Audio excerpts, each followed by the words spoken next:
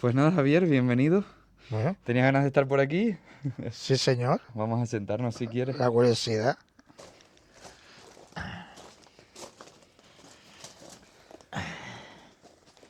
¿Quieres café? Sí, claro.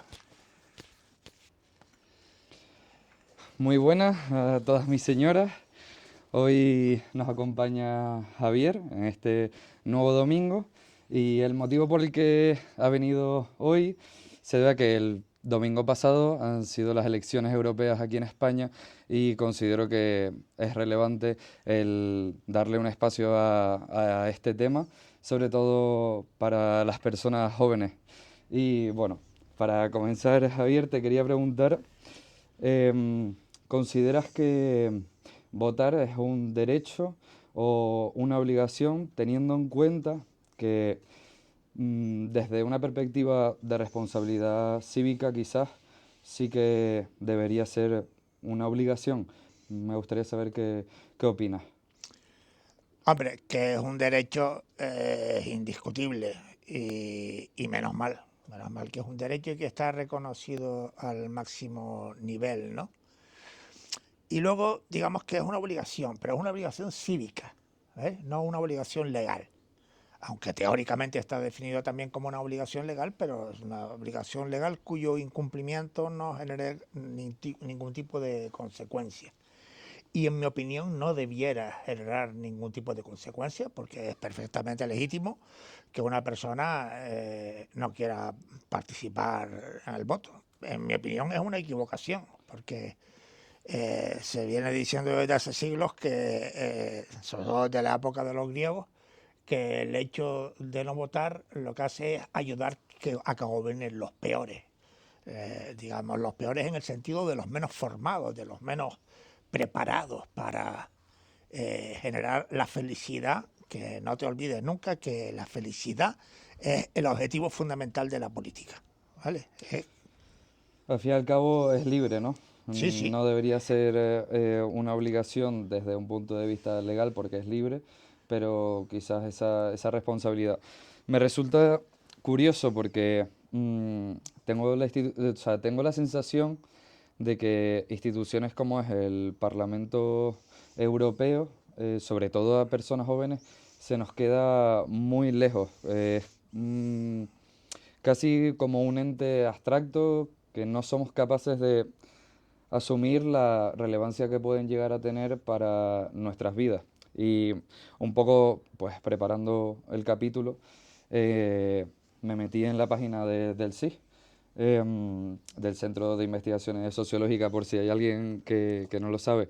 Y me resultó curioso porque aunque en un inicio tenía la perspectiva de que este desconocimiento por parte de a lo mejor quizás personas jóvenes, consideraba que era exclusivamente de estas nuevas generaciones y en el último estudio, la última investigación del CIS, que fue a finales de abril, se concluyó, pues una vez hecha la encuesta, que el 53% consideraba que iría a votar en este pasado domingo. Finalmente hemos llegado a un 49 y pico por ciento, por lo tanto casi igual. Sin embargo, 11 puntos menos que en las últimas, hace 5 años. Hay que puntualizar que coincidía con años de municipales y eso generaba que las personas pues fueran a votar. Entonces, yo te quería preguntar si esta situación deriva de un desconocimiento o una falta de interés generalizado por parte de la ciudadanía española. A ver, es una pena que la gente lo perciba de esa manera, porque efectivamente es un problema de desconocimiento y es un problema también de desinterés del sistema político, institucional, de explicarle bien a la gente y en eso vamos retrasados, nuestro país va muy retrasado con respecto a otros países europeos, en el sentido de que eso es una cuestión absolutamente crucial. Es decir, la gente debe de saber que en el Parlamento Europeo se deciden más cuestiones que afectan a la vida de la gente que en el Parlamento del Estado o en el Parlamento autonómico. ¿de acuerdo? Es importantísimo. Por ejemplo, en materia de medio ambiente, la política estatal y autonómica en materia de ambiente viene predeterminada por Agenda lo que 2030 ahora. todo lo que se hace en medio ambiente. Digo medio ambiente porque es una cuestión que incide mucho sobre la calidad de vida de las personas y es una cosa que afortunadamente le interesa mucho precisamente a los jóvenes. Entonces, esas políticas públicas en materia de medio ambiente están determinadas, absolutamente determinadas por Europa, por la Unión Europea. Y de vez en cuando los bofetones que nos dan en relación con eso, cuando nos desviamos de la ruta correcta, vienen también de Europa. Por ejemplo, ahora mismo en este momento hay una reclamación contra España por el tema de la gestión de los residuos, que es una cuestión importantísima. Entonces, yo creo que esa es una cuestión, como te digo, de básicamente de desconocimiento y deberíamos hacer un esfuerzo para convencer a la gente de que es casi más importante que las elecciones estatales y las elecciones autonómicas, que no dejan de ser importantísimas también, como es Com- obvio, ¿no? Completamente necesarias, pero no hay que dejar ese Europa como si no fuera con nosotros. Para concluir esta pregunta, ¿consideras que existe una tendencia en España por ser cada vez menos europeísta, crecer esa posición del euroescepticismo? Yo no creo que sea específicamente española, que sea una tendencia específicamente española, ¿no? Fíjate que nosotros, como en tantas otras cosas, los españoles hemos llegado un pelín tarde al tema de la Unión Europea y por eso a lo mejor hay un cierto desapego. Pero ese desapego es mundial, es mundial. Es decir, es una tendencia en prácticamente todos los países del mundo de no sentirse concernidos por lo que ocurre a nivel supraestatal. Le De llaman, puertas para adentro. sí, le llaman soberanía, pero es una cosa divertida que se achaque a la Unión Europea el recorte de la soberanía, pero a nadie le moleste que quien realmente recorta la soberanía de la mayor parte de los países del mundo es Estados Unidos. Y sin embargo, ese recorte de la soberanía, que no es un recorte legal, vamos a decir, pero sí es un recorte en la práctica, con el poder de los medios de comunicación, la posibilidad de dónde colocar el foco de dónde están los problemas, etcétera. Ese no nos preocupa cuando se recorta mucho más nuestra soberanía. Entonces yo creo que es una tendencia mundial y una tendencia profundamente preocupante en relación con el recorte de la soberanía, el recorte de los derechos, la sensación de pérdida de la identidad, etcétera, y es una tendencia mundial que es extremadamente peligrosa. Y el Estado tiene que existir y el Estado tiene que ser fuerte. A los poderosos no les interesa el Estado, a los poderosos no les interesan los impuestos, pero a los débiles y a los pobres sí les interesa, sí nos interesa el que haya un Estado fuerte, Un estado de porque el Estado bienestar. fuerte es el único que puede realmente garantizar un sistema público educativo, un sistema sanitario, unos impuestos que sean verdaderamente progresivos y el que más tiene, más contribuya al bienestar colectivo, etcétera, etcétera. Entonces, desde ese punto de vista, es importante que haya un Estado fuerte, porque garantiza que el rico no se coma al pobre o que el fuerte no se coma al débil, ¿no? Sí, que existan unos mínimos de equidad, aunque sea. Correcto. Te quería preguntar, han pasado 8 meses desde este nuevo comienzo de conflicto. Mm, Han muerto ya más de 36.000 personas, de los cuales el 70% son niños y mujeres. Mm, ¿Consideras que se está produciendo una fragmentación en Europa debido al conflicto entre Israel y Palestina? Bueno, lo que pasa, yo te agradezco que saques el tema de Gaza porque creo que ese tema tiene que estar permanentemente encima de la mesa, ¿no? Yo creo que más que una fragmentación, lo que está ocurriendo, que es, digamos, insólito, es que aparezcan en Europa distintas posiciones sobre este asunto, ¿vale? Nunca está de más recordar que, si no me equivoco, este es el quinto gran conflicto entre Israel y Palestina. Y nunca está de más recordar que buena parte de la clase política israelí fue considerada en su día grupos terroristas. y de repente hemos normalizado la situación y ahora nos parece que todo lo que se está haciendo ahí es normal, una cosa que responde a la legítima defensa de Israel frente a la agresión, sin pararse a pensar en la desproporción que hay entre la fuerza militar de Israel y la fuerza militar Palestina. del brazo Sí, armado de de Hamas, Hamas. porque realmente no es Palestina. Sí, es Hamas. Palestina no tiene realmente fuerza militar, ¿vale? Por O terreno sea, no tienen nada. no es un Estado y por tanto, como no es un Estado todavía, pues no tiene ni siquiera fuerza militar, ¿no? Y sus fuerzas policiales son prácticamente grotescas, ¿no? Entonces hay una desproporción tremenda sobre esto y entonces está muy bien que haya aparecido tres países europeos, España, Noruega e Irlanda, Irlanda. que estén exigiendo simplemente El que se reconocimiento. cumplan que se Mm, cumplan los acuerdos internacionales y que se vuelva a la situación de 1948 y que lo que se ha ganado a través de episodios militares se deshaga y se cumpla realmente una vieja aspiración palestina respaldada por la mayor parte del orden internacional de que haya dos estados. Mientras que la idea que tiene Israel es, primero, que Palestina no existe, como ha habido algún dirigente político español que ha dicho esto, ¿no? Y segundo, que no tiene derecho a tener un estado porque en realidad ellos no estaban allí. Ellos no estaban allí, parece ser que eran como si fueran nómadas que van y vienen. van y vienen, ¿no? Pues nada, esos señores estaban ahí, esos señores son el pueblo natural de ese lugar y entonces es obvio que lo que hay que hacer es reconocer el orden internacional y los acuerdos internacionales que se adoptaron a ese respecto. Y es muy bueno que haya aparecido este grupito de estados que han decidido tirar del La carro hacia avanzadilla. adelante de avanzadilla, correcto, eso es muy correcto. Y entonces yo creo que poco a poco se va a lograr que otros estados se vean, por ejemplo Francia ya está en la duda al respecto, entonces es muy bueno que se haya construido esa avanzadilla y yo creo que fragmentación, no, simplemente diferencias políticas, pero fragmentación no creo que haya. De hecho, hay una autoridad internacional europea, Borrell, Sí, Josep personificada en Borrell. Borrell, que ya está hablando claramente también de que hay unas acciones que son claramente de genocidio.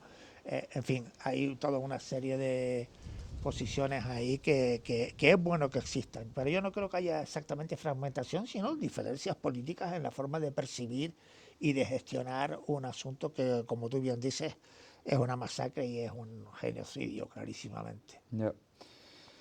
Ya hemos hablado de lo que es el bloque internacional, por así decirlo, y ahora me gustaría ir más a las elecciones europeas en España. Creo que todo el mundo está de acuerdo en que lo más sorprendente de estas elecciones ha sido pues Albice Pérez y su partido se acabó la fiesta con 800.000 votos, 3 eurodiputados y sin un programa electoral con un discurso antipolítico basado en bulos a través de las redes sociales. Albice se ha basado fundamentalmente en TikTok e Instagram. Y Telegram, pero sí, Vale, esa es su forma de comunicación, es esa. A mí me llama mucho la atención, sinceramente, como yo conocía ya al vice y a Vito Quiles, su jefe de prensa, por lo menos se denomina así, jefe de prensa, yo sinceramente no le presté atención hasta el momento en el que vi los resultados electorales y vi que había obtenido no el diputado que esperaban sacar, sino tres tres. diputados, ¿no? Bastante más de los que esperaban sacar, ¿no? 800.000 votos. 800.000 votos. Eso es una barbaridad. En Canarias fueron 44.000. 44.000 votos. Eso es un número considerable Es un problema. de votos, ¿vale? Voy a leer el programa electoral de Albice. Se Y qué acabó la sorpresa. fiesta. La sorpresa es que no tiene, no solamente es que no tenga programa electoral, sino que no propone absolutamente nada, sino lo que dice es que se va a meter en la cárcel a los corruptos y que va a meter en la cárcel a Pedro Sánchez y a no sé quién más, pero realmente no propone nada, no nos dice ¿Qué va a hacer cuando llegue al Parlamento Europeo y se vaya a discutir el presupuesto? ¿No? Es literalmente se acabó la fiesta, Se acabó la se acabó la fiesta. Sí, política. sí, pero es que yo supongo que el ciudadano que te elige a ti, voy a elegir a Pablo Morín como mi diputado. ¿Por qué? Porque Pablo Morín es un tipo que tiene la cabeza bien estructurada y que cuando se discuta sobre temas de medio ambiente, sé que va a hacer propuestas sobre el cambio climático. No, no, señores de la Comisión Europea, 2040 es muy tarde, quiero que sean 2032. Y entonces yo por eso voto a Pablo Morín, porque veo que Pablo Morín es un tío con la cabeza estructurada y yo quiero a ese señor para que me represente. No quiero a un señor que vaya allí con el autobús, con el altavoz a decir burradas y ¿no? A decir que va a meter en la cárcel a Ursula von der Leyen, ¿no? Sino que... Es completamente absurdo. De hecho, eso, es curioso porque viendo precisamente los datos del CIS, al parecer un 40 y pico por ciento de los encuestados, creo que era un 44, se informan de lo que implica la política a través de redes sociales. Y eso por un lado, y por el otro lado, el 90 y pico por ciento del electorado de Albice, personas entre 18 y 44 años. Qué casualidad que coincide concretamente con pues, personas que más utilizan las redes sociales. Mm. Y justo de esto te lo iba a comentar después, pero ya que ha surgido ahora el tema, te lo voy a preguntar. ¿Cómo ves esta evolución o esta involución de la comunicación? Es decir, estamos transitando desde medios de comunicación convencionales que evidentemente hay que puntualizar mucho y siempre en esos medios también existen influencias, pero eso, ¿cómo ves un poco esa transición desde medios convencionales a las redes sociales? Fíjate que yo durante toda mi vida, desde que era un pibito muy jovencito, muy jovencito, con 10, 11, 12 años, eh, me pasaba el día leyendo el diccionario y me pasaba el día leyendo periódicos y no leía un solo periódico. Cuando yo ya era un adulto con 24 o 26 años, leía al día 4 o 5 periódicos. Y ahora, en la actualidad, a través de Internet, yo leo muchísimos periódicos porque todos sabemos que un periódico tiene un sesgo y otro periódico tiene otro Claro, sesgo. Entonces la única manera de tener un cierto conocimiento de lo que está ocurriendo es poder ver las distintas perspectivas y los distintos comparativa. puntos de vista, ¿no? Para poder saber con precisión de qué estamos hablando, ¿no? Entonces yo sinceramente creo que eso es profundamente preocupante, creo. No, esta es una opinión, creo que es profundamente preocupante que la gente se desentienda de la información y que la información esté sesgada absolutamente y fíjate lo que ocurre con las televisiones, los telediarios. Tú lees cualquier telediario y te da vergüenza ajena, como si yo no fuera capaz de discernir la información para generar mi propia opinión, sino que ya la opinión me la dan ellos perfectamente estructurada, Tienes que perfectamente pensar esto. elaborada. Tienes que pensar esto. Hay algunas periódicos, algunas televisiones que son particularmente vergonzosas. Pienso, por ejemplo, en Telecinco, que son los telediarios en los que te dicen prácticamente qué Sí. es lo que tienes que pensar. Entonces, no, hemos perdido a grandes cabezas como Iñaki Gabilondo, esa gente que eran periodistas de raza y que eran personas que no opinaban sobre el asunto. Claro que tienen su opinión, por supuesto que tienen su opinión, pero no te daban la información cocinada, sino que te decían, ha ocurrido esto y a partir de ahora opino sobre lo que pasó o sobre lo que debe pasar, pero no me daban la información cocinada. Eso es extremadamente peligroso. No hay nada más sano que ciudadanos capaces de pensar por sí mismos y de tener pensamiento crítico sobre las cosas que están pasando. No digo ideologizado, no, pensamiento crítico, pensamiento capaz de decir, bueno, pues estoy de acuerdo con este señor o estoy en desacuerdo con aquel otro señor. Por lo menos el tener una opinión relativamente fundamentada. Sí, señor. Creo que esto es un ejemplo de que las redes pueden ser un gran problema y lo son de hecho. Pero también en contraposición creo que son una herramienta de comunicación para llegar a muchas personas muy positivas. Para un poco ejemplificarlo, dado que estamos en Canarias, que sé que más de una persona no es de aquí, el pasado 20 de abril en toda Canarias y también en la península, incluso en Berlín, en Londres, hubo manifestaciones en contra del modelo turístico actual, precisamente para cambiarlo porque es insostenible para las islas. En este caso, ¿consideras que las redes han cumplido un papel vital para el desarrollo de estas manifestaciones, el alcance al que han llegado? ¿O no consideras que sea relevante y por ende el malestar de la población y la ciudadanía canaria deriva exclusivamente del propio modelo? No, creo que han sido importantísimas.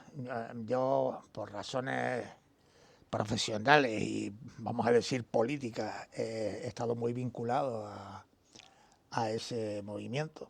He estado asesorando a los convocantes de esa manifestación y a los que han seguido trabajando después, porque hay gente que fue a la manifestación y luego Se olvidó. se ha desgajado de ahí, pero hay otra gente que sigue trabajando las 24 horas del día en relación con eso.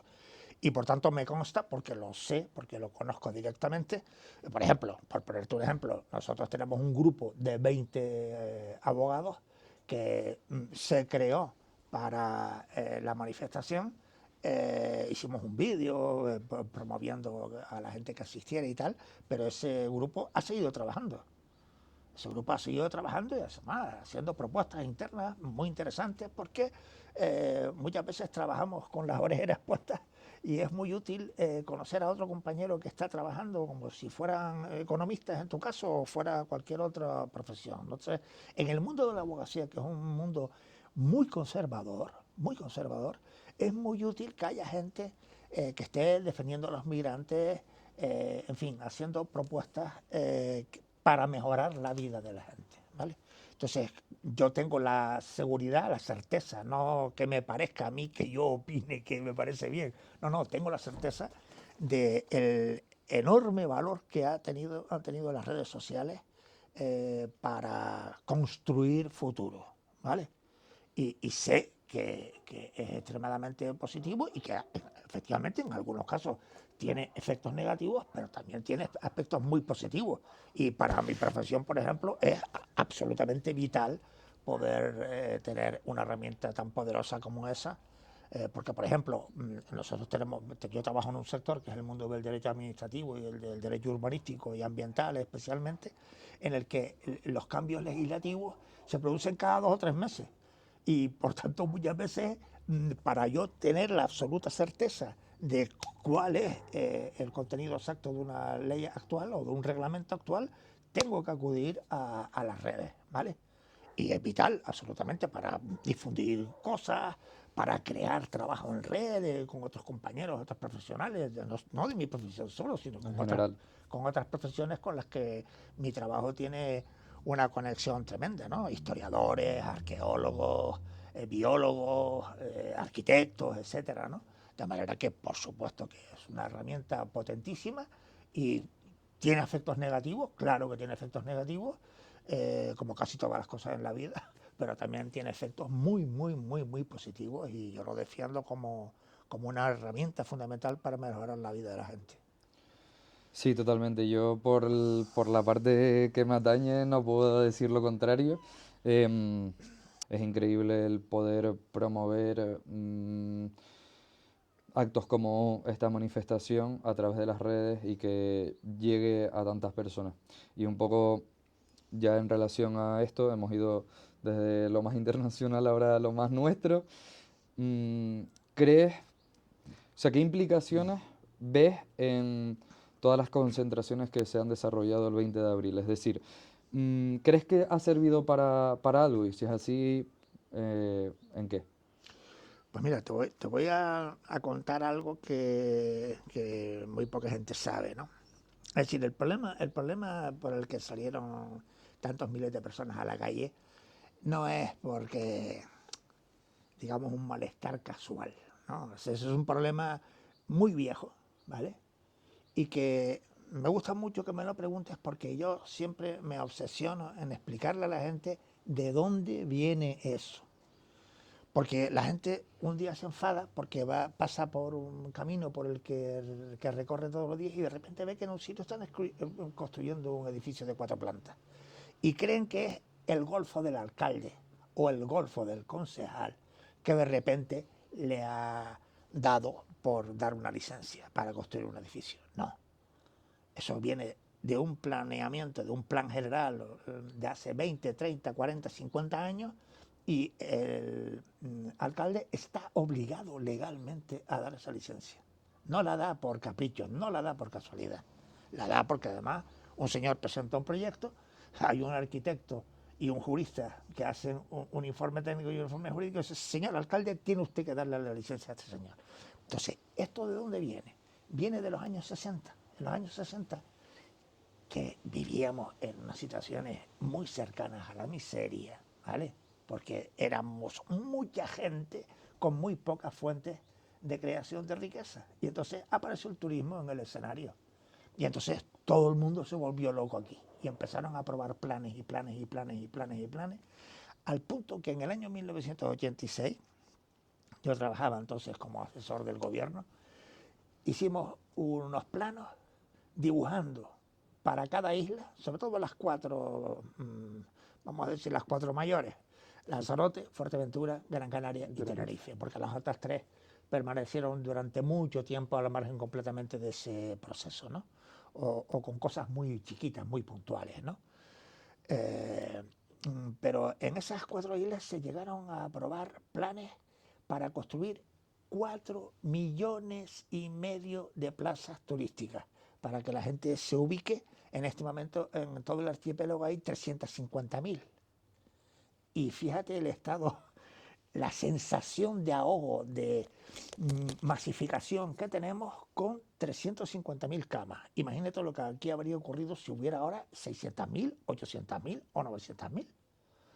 Entonces quiero decir que es un problema objetivo y real, porque hay quien está jugando a que siga creciendo el número de camas en el archipiélago y a que siga creciendo el número de turistas. Estamos en este momento en unos 15 millones, probablemente este año se llega a 16 o 17, y entonces estamos hablando de un problema de enormes dimensiones.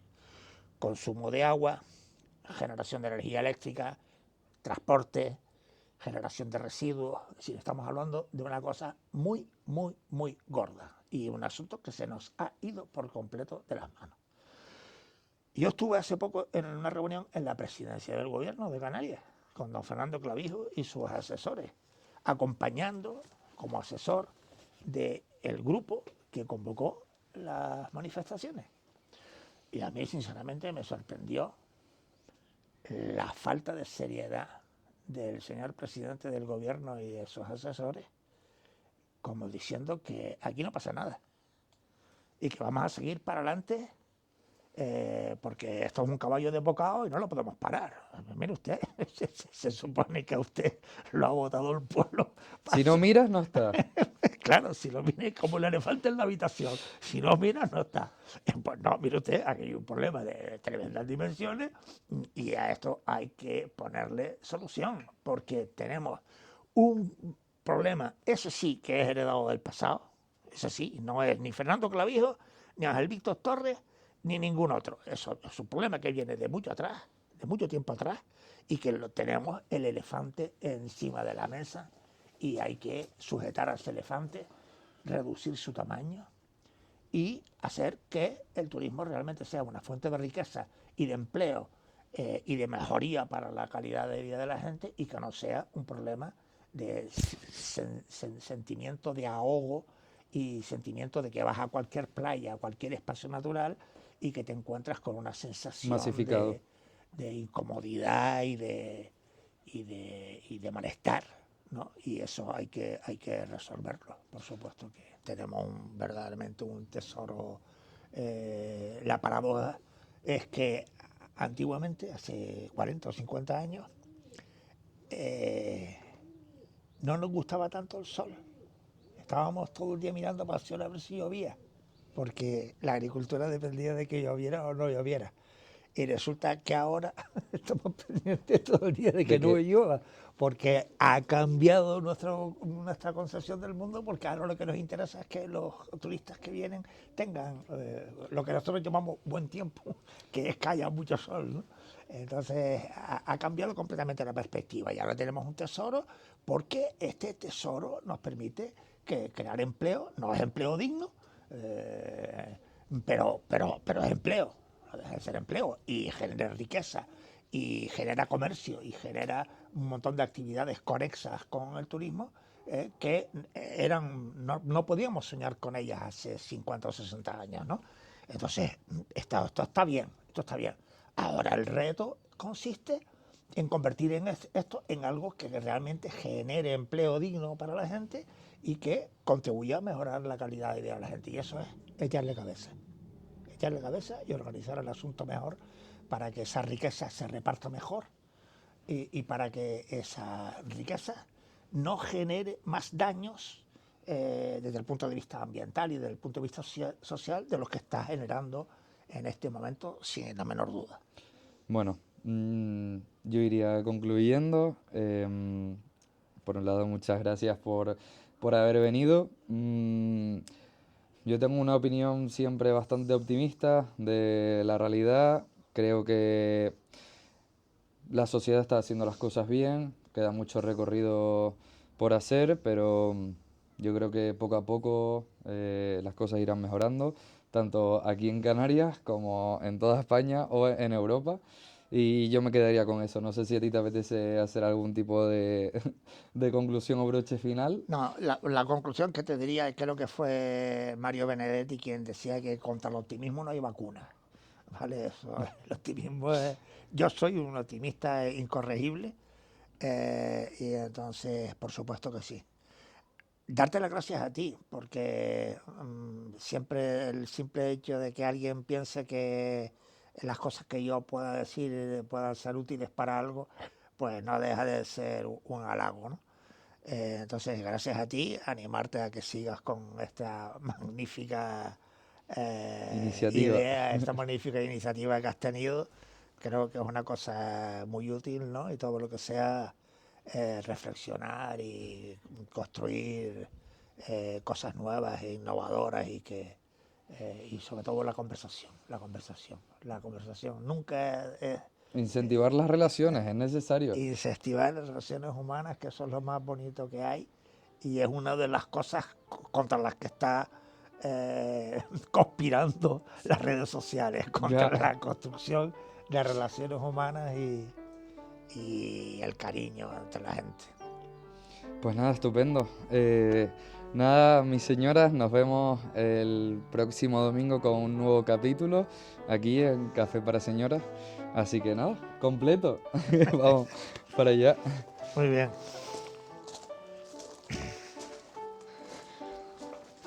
Estupendo. Esto por aquí.